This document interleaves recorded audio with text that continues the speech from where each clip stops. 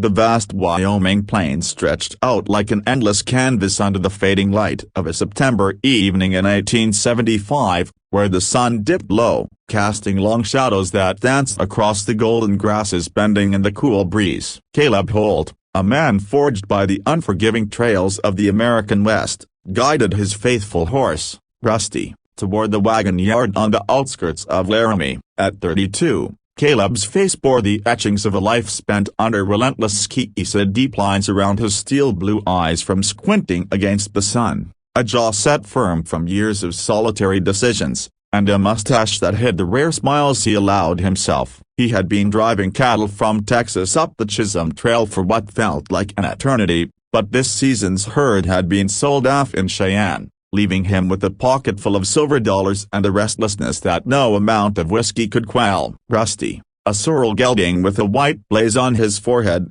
snorted softly as they approached a cluster of wagons, their canvas covers billowing slightly like sails on a grounded fleet. The yard was a makeshift haven for travelers, emigrants bound for Oregon, miners chasing phantom gold in California, and drifters like Caleb who called no place home. The air carried the scent of wood smoke from scattered campfires, mingled with the earthy aroma of horse sweat and dust kicked up by weary wheels. Caleb dismounted with a practiced ease, his spurs jingling faintly as his boots met the hard-packed ground. He led Rusty to a trough, watching the horse drink deeply while his own thoughts wandered to the bottle and his saddlebag and the promise of a quiet night under the stars. As he scanned the yard for a spot to stake out, something caught his eye: a figure huddled in the shadow of a large Conestoga wagon, its massive wheels scarred from countless miles over rocky terrain. She was asleep, or so it seemed, hurled up against a wooden barrel that had once held flour or perhaps gunpowder,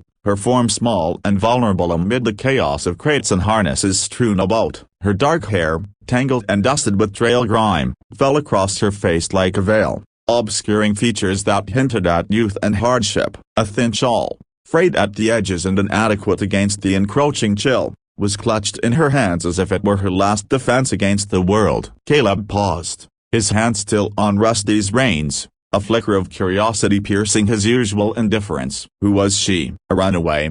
A widow left behind by a wagon train? The West was full of such stories as a woman who started out with dreams of homesteads and families, only to find themselves abandoned by fate or folly. He had seen enough of them in saloons and settlements, their eyes hollow with loss, but this one stirred something deeper, a pang he couldn't quite name. The evening wind picked up, rustling the grasses and sending a shiver through the air, and he noticed her shoulders tremble slightly in her sleep. Without thinking, he reached for the wool blanket rolled behind his saddle, a rough, patchwork thing mended with wine and memories of colder nights on the range. It wasn't much, but it had kept him warm through blizzards and lonely vigils. Stepping closer on silent feet, he draped it over her gently, careful not to wake her. She stirred just a fraction, a soft sigh escaping her lips, but her eyes remained closed. For a moment, Caleb lingered, watching the rise and fall of her chest, feeling an unfamiliar warmth spread through him. Then,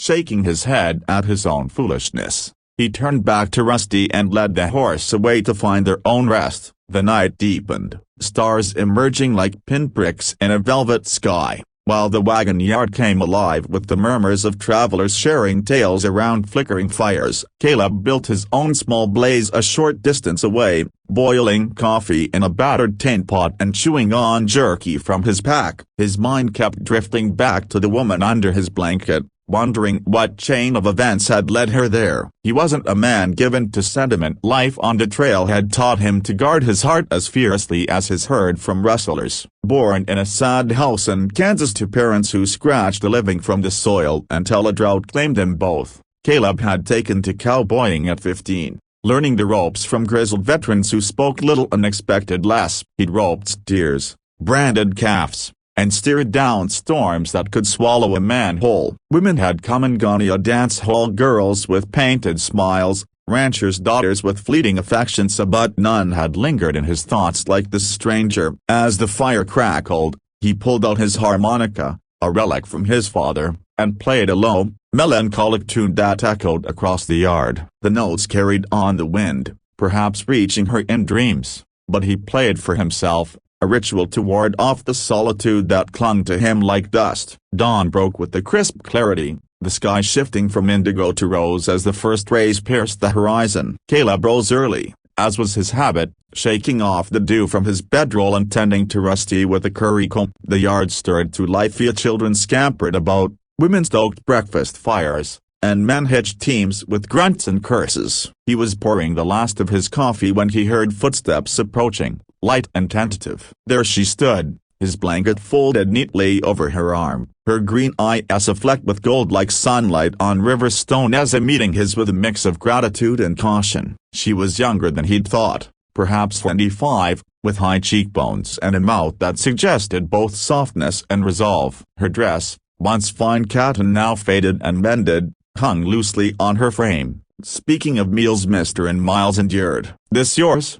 she asked, her voice carrying a faint southern drawl, smooth as honey but edged with weariness. Caleb nodded, setting down his cup. "Didn't want you catching your death out here, ma'am. Nights get cold this time of year." She handed him the blanket, her fingers brushing his briefly, sending an unexpected spark through him. "Thank you.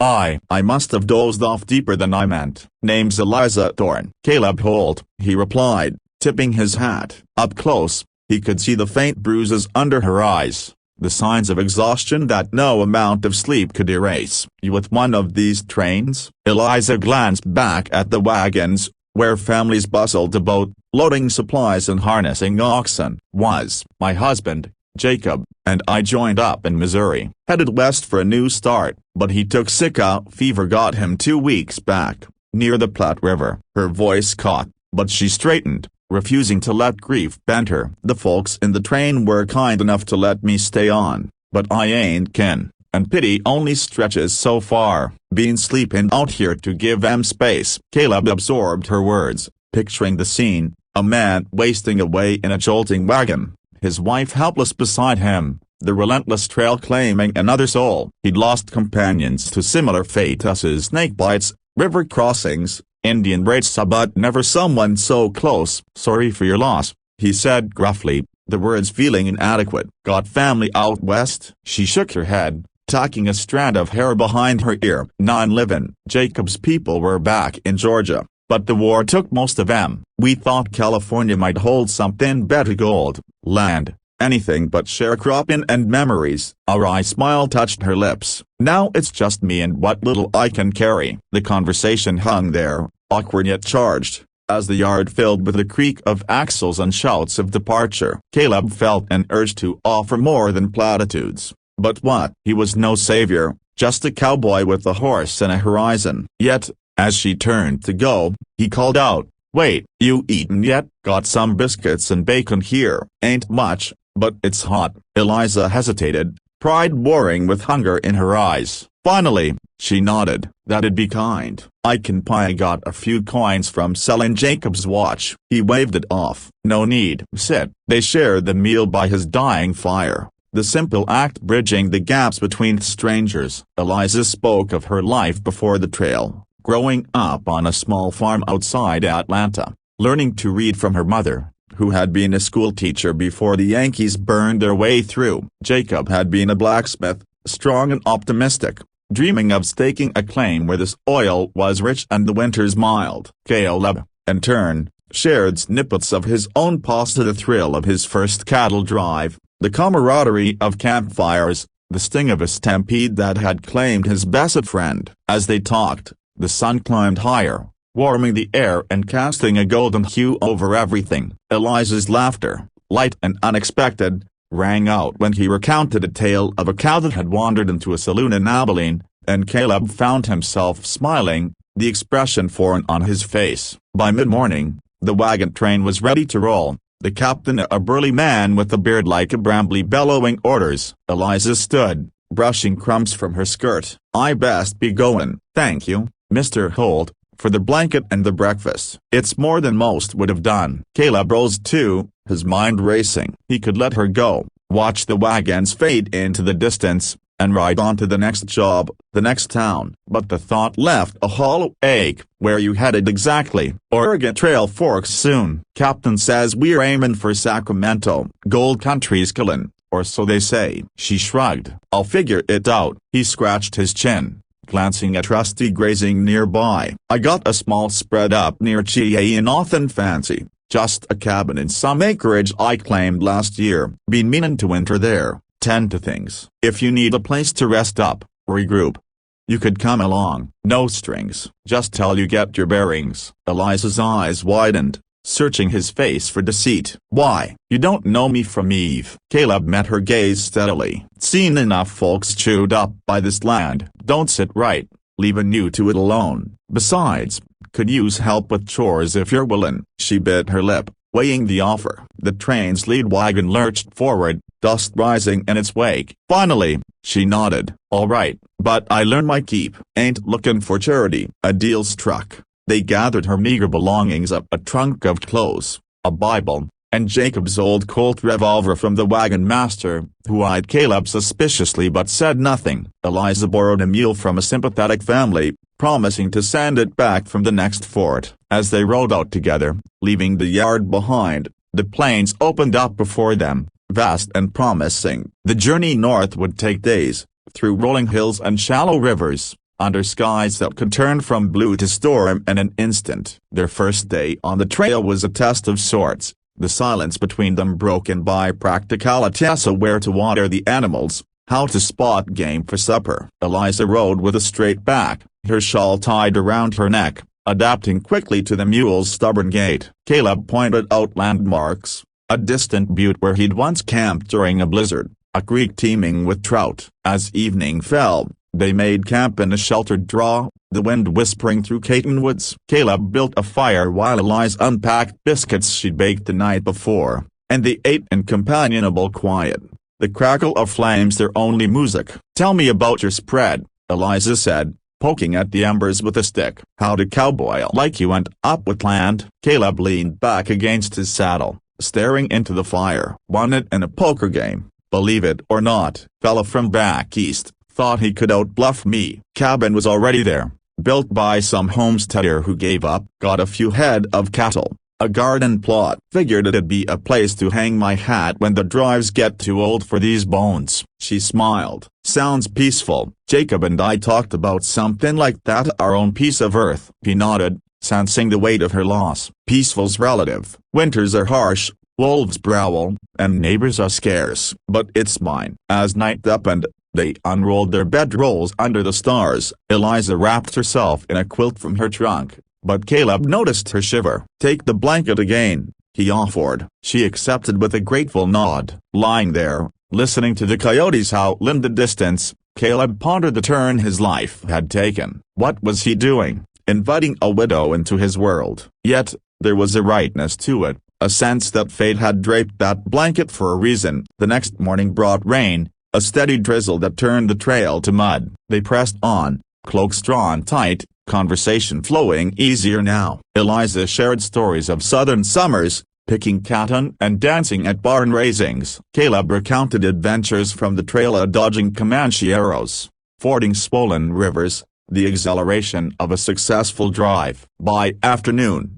the sun broke through, steaming the earth and painting rainbows in the mist. They stopped at a trading post, a ramshackle affair run by a one-eyed Frenchman named Pierre, where Caleb bartered for coffee and salt pork. Eliza charmed Pierre with her accent, earning a free apple, which she shared with Caleb as they rode on. Days blended into a rhythm, riding by day, camping by night. Eliza proved her worth, mending a tear in Caleb's shirt, cooking stews that warmed more than his stomach. One evening, as they sat by the fire, she pulled out a small book of poetry from her trunk, a Whitman. She sat and read aloud, her voice weaving words like leaves of grass into the night air. Caleb listened, mesmerized, the verses stirring emotions he'd long buried. Never heard nothing like that, he admitted. It's the soul of America, she replied, closing the book. Full of hope and mildness, like this land. He looked at her then, really looked, seeing not just the widow but the woman, a resilient, intelligent, with the fire that matched the plains. You're stronger than you know, Eliza. She blushed, but held his gaze. Coming from you, that's something. As they neared Cheyenne, the landscape changed, the hills giving way to open range, herds of antelope bounding away. Caleb's spread appeared on the horizon, a modest cabin of logs chinked with mud, a corral with half a dozen steers, a barn leaning slightly from wind. Smoke curled from the chimney. Though no one was home, he'd left it empty for months. They dismounted, Rusty nickering in recognition. Inside, the place was dusty but solid: a stone hearth, a rope bed, a table scarred from use. Eliza set to work immediately, sweeping floors and airing linens, while Caleb tended the animals. That night, over a meal of fresh venison he'd shot, they talked of the future. "You can stay as long as you need," Caleb said. "No rush." Eliza nodded, her eyes soft. "Thank you, Caleb, for the blanket,